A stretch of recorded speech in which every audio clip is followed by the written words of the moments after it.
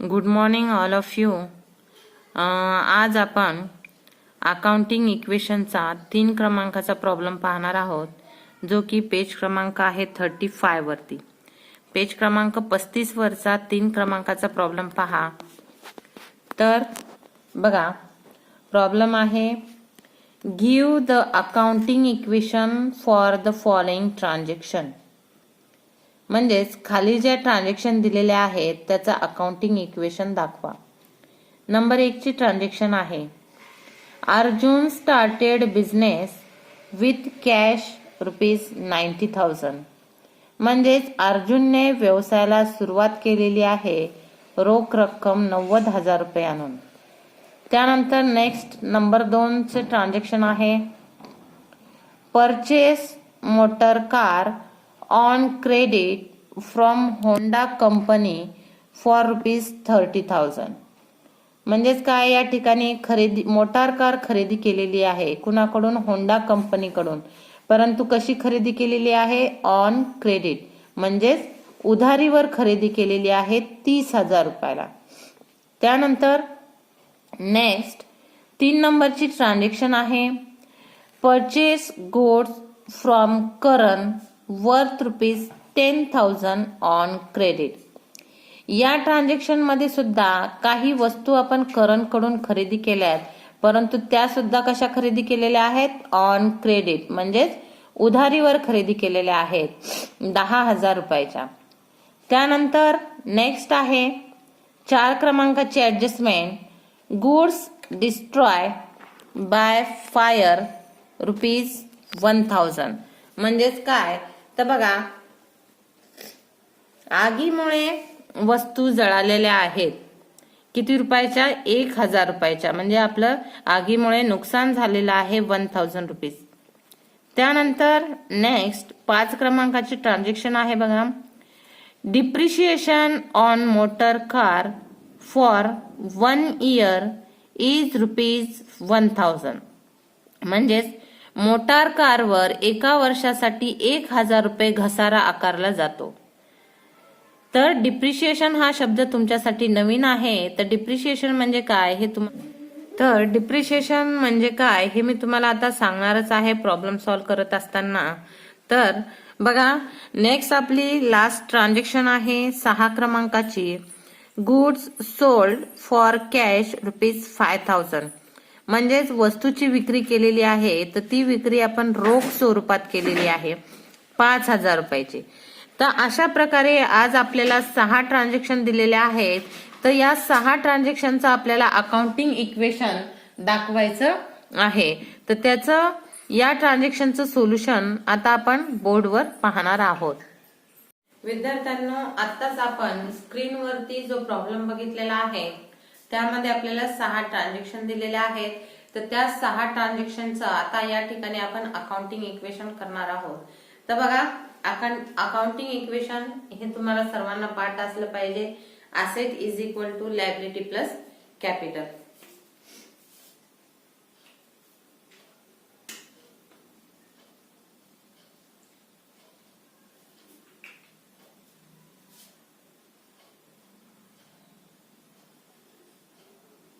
Asset is equal to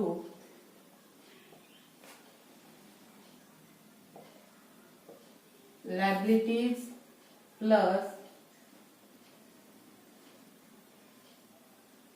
capital.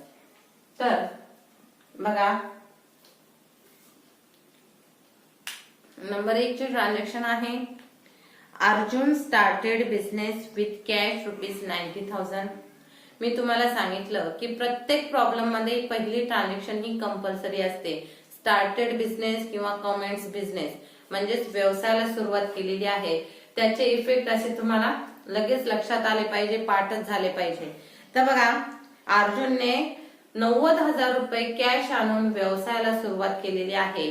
आता ₹90,000 आणलेत, cash आणलेत. कॅश म्हणजेच आपली काय, ती असेट आहे, म्हणजेच आपली असेट इन्क्रीज झाली.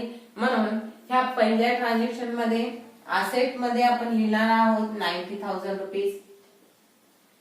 त्यानंतर या ट्रान्झॅक्शन मध्ये आपले लॅबिलिटीज काहीच नाहीये, म्हणून या ठिकाणी लॅबिलिटीज आपण लिहिणार आहोत 0. त्यानंतर व्यवसाय सुरू करण्यासाठी जे काही रोख रक्कम आणलेली आहे त्याला भांडवल असं म्हणतात. भांडवल म्हणजेच कॅपिटल, म्हणून या ठिकाणी कॅपिटल सुद्धा आपण किती घेणार आहोत? 90,000 रुपीज, 90,000. तर अशा प्रकारे ही आपली पहिली ट्रान्झॅक्शन या ठिकाणी झालेली आहे. त्यानंतर बघा नंबर 2 ची ट्रान्झॅक्शन काय सांगते? Purchase motor car on credit from Honda company for ₹30,000. तर काय? परचेस मोटार कार कितीची परचेस केलेली आहे? 30,000 रुपीज, 30,000. तर मोटार कार आपली काय आहे? असेट आहे. असेट म्हणजेच परचेस केली, खरेदी केली, म्हणजेच व्यवसायामध्ये काय आली? मोटार कार आली, म्हणजेच असेट आली. असेट आली म्हणजेच 30,000 रुपये असेट काय होणार? 30,000 असेट इन्क्रीज होणार. म्हणून दुसऱ्या ट्रान्झॅक्शन मध्ये आपण या ठिकाणी असेट मध्ये काय करणार आहोत? हे 30,000 रुपये ऍड करणार आहोत. तर त्यानंतर परंतु ही कशी खरेदी केली बघा? On credit from Honda company. तर ज्या वेळेस ऑन क्रेडिट आहे म्हणजेच कसं आहे? उधार आहे. उधार आहे म्हणजेच हे 30,000 रुपये आपण कॅश दिले का? नाही, परंतु काही दिवसांनी ते आपल्याला द्यावे लागणार आहे. म्हणून ही आपली काय आहे? या ठिकाणी लायबिलिटी आहे. ज्या वेळेस आपण उधारीवर खरेदी करत असतो त्यावेळेस उधारीवर खरेदी केल्यानंतर आपली लायबिलिटी इन्क्रीज होत असते, वाढत असते. म्हणजेच हे पैसे आपण आता दिलेले नाहीयेत, परंतु आपल्याला काही दिवसांनी ते पेड करायचे आहेत. म्हणूनच आपली काय होणार? या ठिकाणी लायबिलिटी वाढणार. म्हणून हे 30,000 रुपये आपण लायबिलिटी मध्ये लिहिणार आहोत. 30,000 रुपीज. कॅपिटल मध्ये कुठल्याही प्रकारे चेंजेस होणार नाही. आता दुसऱ्या ट्रान्झॅक्शन नंतर आपण याची टोटल करणार आहोत. 1,20,000 इज इक्वल टू 30,000 प्लस 90,000. त्यानंतर नेक्स्ट ट्रान्झॅक्शन आहे आपली. नेक्स्ट ट्रान्झॅक्शन आहे 3 क्रमांकाची. तर 3 क्रमांकाच्या ट्रान्झॅक्शन मध्ये परत काय सांगितलेलं आहे बघा? Purchase goods from Karan worth ₹10,000 on credit. आता या ठिकाणी पण काय केलेलं आहे? परचेस केलेला आहे. परचेस गुड्स आहे फ्रॉम करण किती? वर्थ ₹10,000. आता 10,000 रुपयाच्या वस्तू काय केलेल्या आहेत? आपण खरेदी केलेल्या आहेत. तर गुड्स आले म्हणजेच ही काय आहे? आपली असेट आहे. परचेस केलं, वस्तू आल्या, आपल्या व्यवसायात म्हणजेच आपली काय होते? संपत्ती वाढते, इन्क्रीज होते. म्हणून या ठिकाणी आपण असेट मध्ये परत किती ऍड करणार आहोत? 10,000 रुपीज. मग या ठिकाणी परत ऍड 10,000. बरं, परत हे परचेस गुड्स कसे आहेत बघा? 3 क्रमांकाचे ट्रान्झॅक्शन केअरफुली बघा. Purchase goods from Karan worth ₹10,000 on credit. कसे आहेत? On credit. आता परत ऑन क्रेडिट म्हणजे काय आहे? उधारीवर आहे. म्हणजे आत्ताच आपण पैसे दिलेत का? तर नाही दिले. म्हणजेच काही दिवसांनी आपल्याला ते पैसे द्यावे लागणार आहेत. म्हणजेच ही आपली काय आहे? लायबिलिटी आहे. लायबिलिटी असल्यामुळे आपली परत लायबिलिटी 10,000 रुपीजनी इन्क्रीज झालेली आहे. म्हणून या ठिकाणी आपण 10,000 काय करणार आहोत? ऍड करणार आहोत. आणि कॅपिटल मध्ये कुठल्याही प्रकारचे चेंजेस होणार नाहीये. तर परत तिसऱ्या ट्रान्झॅक्शन नंतर आपण टोटल करणार आहोत.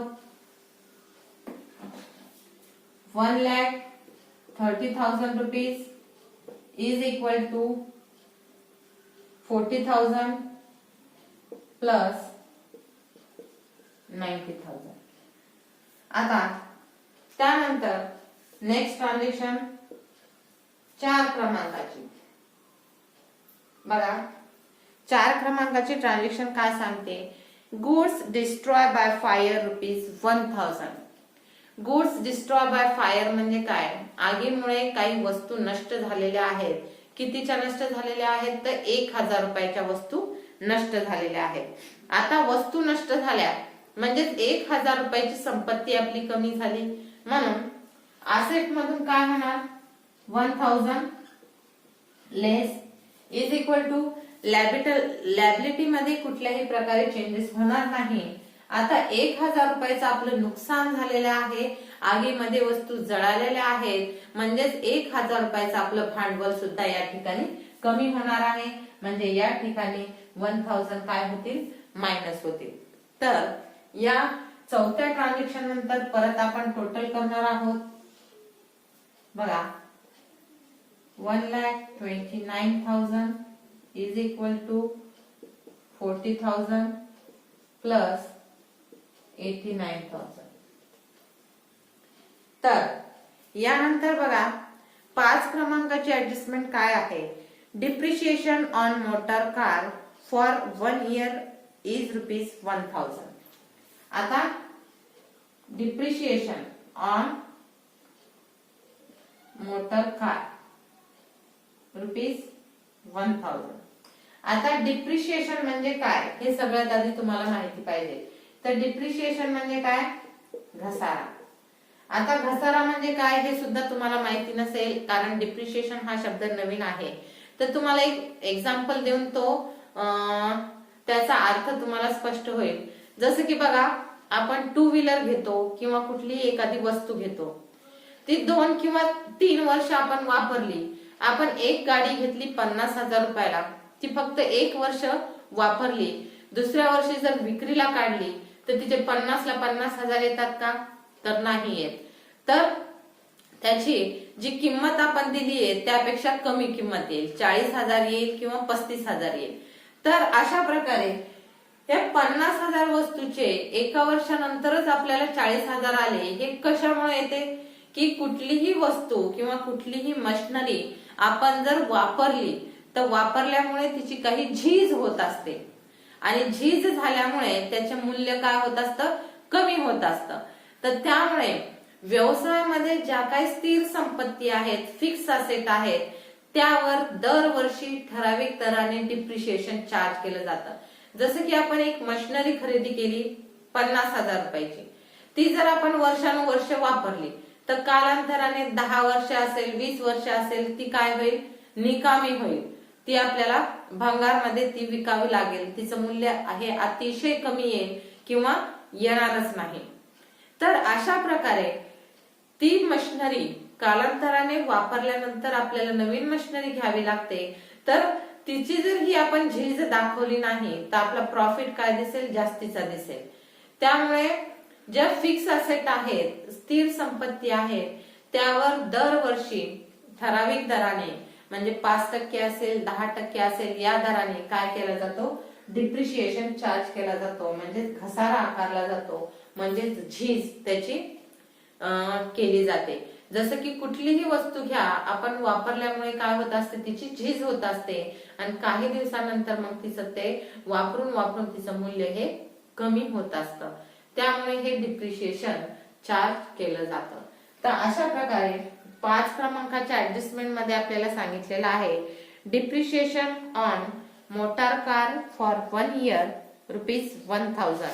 म्हणजे मोटार कारवर 1 वर्षासाठी 1,000 रुपये काय केलेला आहे, घसारा आकारलेला आहे.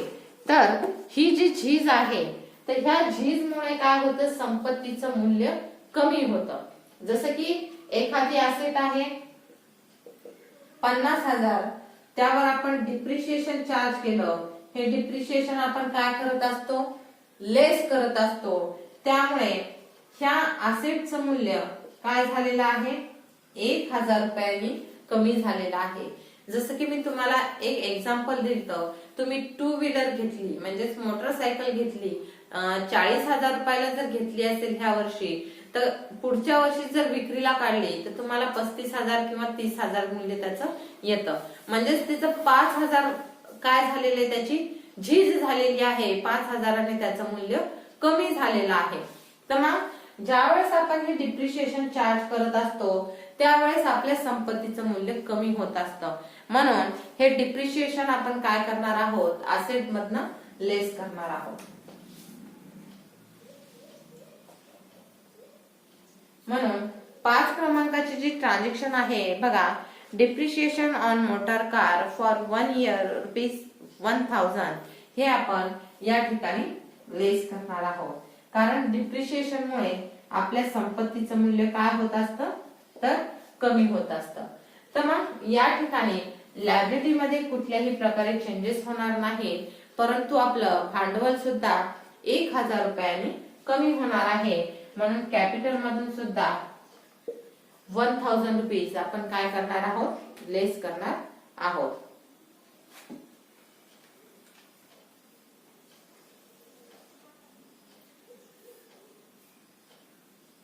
₹1,28,000 is equal to 40,000 plus 88,000 rupees.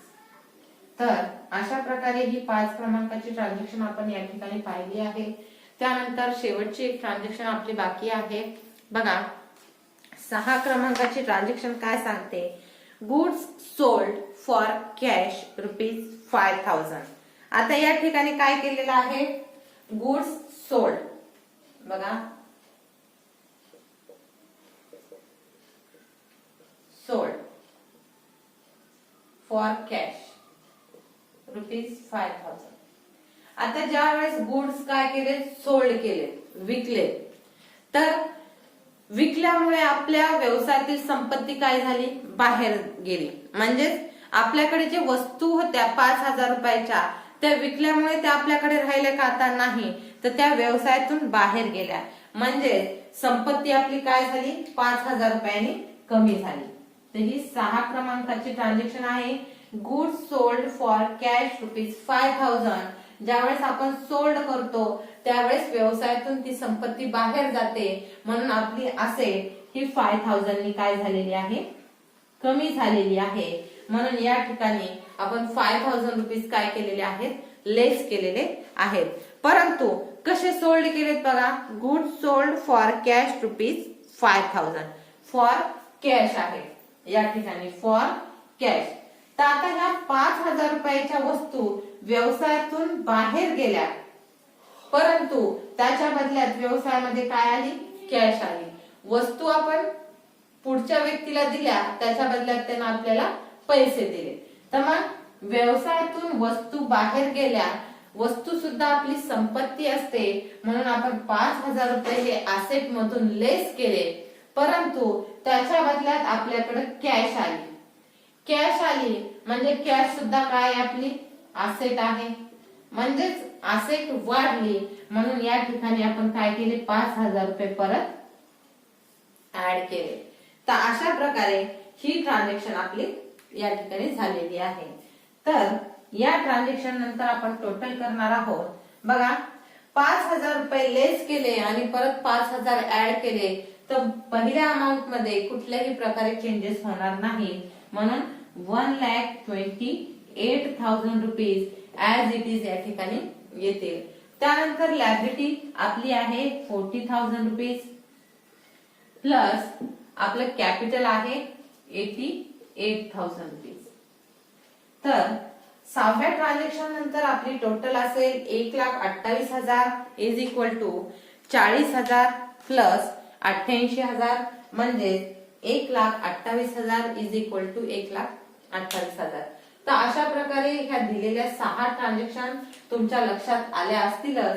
आणि अशाच प्रकारे प्रत्येक प्रॉब्लेम मध्ये 5 किंवा 6 ट्रान्झॅक्शन विचारले जाऊ शकतात तुम्हाला. आणि ह्या ट्रान्झॅक्शन ह्या अतिशय सोप्या आहेत.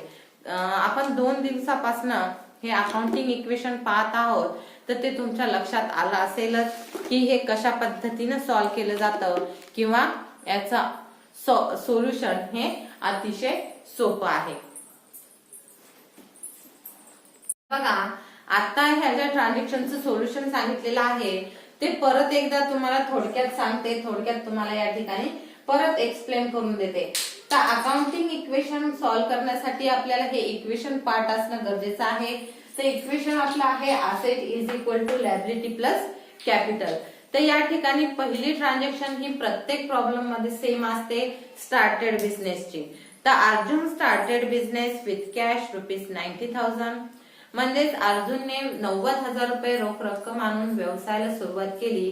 ज्यावेळेस कॅश आली त्यावेळेस आपली असेट ही वाढली, म्हणजेच असेट मध्ये लिहिले आपण 90,000 रुपये. त्यानंतर या ठिकाणी आपली लायबिलिटी काहीच नाहीये, परंतु ज्यावेळेस व्यवसाय सुरुवात करण्यासाठी रोख रक्कम आणली जाते त्याला भांडवल असं म्हटलं जातं, म्हणून आपण कॅपिटल मध्ये सुद्धा लिहिलेले आहेत 90,000 रुपये. त्यानंतर आपली दुसरी ट्रान्झॅक्शन आहे बघा, purchase motor car on credit from Honda company for ₹30,000. तर परचेस मोटार कार आहे. मोटार कार व्यवसायामध्ये आली म्हणजेच मोटार कार ही आपली असेट आहे, म्हणजेच असेट आपली वाढली, म्हणून असेट मध्ये आपण 30,000 रुपये ऍड केलेले आहेत. परंतु ती मोटार कार कशी खरेदी केलेली आहे? ऑन क्रेडिट, म्हणजेच उधारीवर. आताच आपण पैसे दिले नाहीयेत, परंतु कालांतराने आपल्याला ते द्यावे लागणार आहेत, म्हणून या ठिकाणी आपली लायबिलिटी निर्माण झालेली आहे 30,000 रुपये. म्हणून आपण लायबिलिटी मध्ये लिहिले 30,000 आणि कॅपिटल मध्ये कुठल्याही प्रकारचे चेंजेस झालेले नाहीयेत. मग दुसऱ्या ट्रान्झॅक्शन नंतर आपली टोटल झाली असेट 90,000 आणि 30,000 अशी 1,20,000 रुपये इज इक्वल टू लायबिलिटी 30,000 आणि कॅपिटल 90,000. त्यानंतर 3 नंबरची ट्रान्झॅक्शन आपली आहे purchase goods from Karan worth ₹10,000 on credit. या ठिकाणी पण वस्तू आपण खरेदी केलेल्या आहेत 10,000 रुपयाच्या, परंतु त्या सुद्धा वस्तू आपण उधारीवर खरेदी केल्या. त्यामुळे आता वस्तू व्यवसायात आल्या म्हणजेच आपली संपत्ती वाढली. संपत्ती वाढली म्हणून या ठिकाणी आपण परत 10,000 रुपीज ऍड केलेले आहेत. परंतु ह्या वस्तू कशा खरेदी केलेल्या आहेत? On credit. ऑन क्रेडिट म्हणजे उधारीवर, म्हणजेच काही दिवसांनी आपल्याला त्याचे पैसे पे करायचे, म्हणजेच आपली या ठिकाणी परत लायबिलिटी वाढणार आहे. पूर्वी होती 30,000, त्यामध्ये आपण काय केले? 10,000 रुपये ऍड केले आणि कॅपिटल मध्ये कुठल्याही प्रकारे चेंजेस नाहीये. त्यामुळे तिसऱ्या ट्रान्झॅक्शन नंतर आपली टोटल अमाऊंट आलेली आहे असेटची 1,30,000 इज इक्वल टू लायबिलिटी आहे 40,000 and capital 90,000 rupees. Next transaction आहे आपली goods destroy by fire ₹1,000. Goods destroy by fire म्हणजेच काय? आगीमुळे वस्तू जळाल्या आल्या आहेत 1,000 रुपयाला. आगीमध्ये नष्ट झाल्यात वस्तू म्हणजेच आपली संपत्ती या ठिकाणी कमी होणार आहे, म्हणून आपण ते असेट मधून लेस केले. परत आपलं कॅपिटल सुद्धा त्यामुळे कमी होणार आहे, म्हणून कॅपिटल मधून सुद्धा आपण 1,000 रुपीज लेस केलेले आहे. त्यानंतर आपली टोटल अमाऊंट आलेली आहे असेटची 1,29,000 rupees is equal to liability 40,000 rupees plus capital 89,000 rupees. Next transaction आहे आपली depreciation on motor car for 1 year ₹1,000. आता डिप्रिशिएशन म्हणजे घसारा. मोटार कारच्या सततच्या वापरामुळे त्याची झीज झालेली आहे आणि त्याची झीज आपण ही 1,000 रुपये चार्ज केलेली आहे. तर बघा, ज्यावेळेस संपत्तीचं वापरण्यामुळे तिचं मूल्य कमी होतं म्हणून आपण ते असेट मधनं काय केले? 1,000 रुपये लेस केले इज इक्वल टू लायबिलिटी मध्ये कुठल्याही प्रकारे चेंजेस झालेले नाहीयेत आणि परत 1,000 रुपयाचं आपलं नुकसान झालेलं आहे, म्हणून ते आपण कॅपिटल मधून सुद्धा लेस केलेले आहेत. तर 5 क्रमांकाच्या ट्रान्झॅक्शन नंतर आपलं टोटल आलेलं आहे असेट आहे 1,28,000 rupees is equal to liability आहे 40,000 रुपीज प्लस कॅपिटल आहे 88,000 रुपीज. त्यानंतर नेक्स्ट 6 क्रमांकाचे ट्रान्झॅक्शन आहे गुड्स सोल्ड फॉर कॅश ₹5,000. म्हणजेच वस्तूची विक्री केलेली आहे. कशी केलेली आहे? रोख स्वरूपात 5,000 रुपये. आता ज्या वेळेस आपण वस्तूची विक्री करतो त्यावेळेस वस्तू ह्या व्यवसायातून बाहेर जातात, म्हणजेच आपली संपत्ती कमी होते. 5,000 रुपयाच्या वस्तू विकल्यात म्हणून आपण काय केले, या ठिकाणी 5,000 रुपये लेस केले, असेट आपली कमी झाली. परंतु त्या बदल्यात 5,000 रुपये कॅश आली. कॅश सुद्धा काय असते, आपली असेट असते. म्हणून या ठिकाणी परत असेट मध्ये आपण 5,000 रुपये काय केले, ऍड केले. 5,000 रुपयाच्या वस्तू गेल्या म्हणून 5,000 लेस, त्या बदल्यात 5,000 रुपये कॅश आली म्हणून 5,000 ऍड केले. तर 6व्या ट्रान्झॅक्शन नंतर आपली असेटची टोटल आली 1,28,000 rupees is equal to liability आहे 40,000 रुपीज प्लस कॅपिटल आहे 88,000 रुपीज. तर अशा प्रकारे आपली असेटची टोटल 1,28,000 आणि is equal to capital plus लायबिलिटीची टोटल सुद्धा येते 1,28,000 रुपीज. तर अशा प्रकारे हा प्रॉब्लेम आपला सॉल्व्ह झालेला आहे. या ठिकाणी अकाउंटिंग इक्वेशन आपलं कम्प्लीट झालेलं आहे. अशाच प्रकारचे प्रॉब्लेम आपण आणखी पाहणार आहोत. त्याचबरोबर जो तुम्हाला होमवर्क दिला जातोय तो सर्वांनी सॉल्व्ह करणं गरजेचं आहे आणि सॉल्व्ह करून तो व्हॉट्सअप नंबरवर सेंड करा सर्वांनी.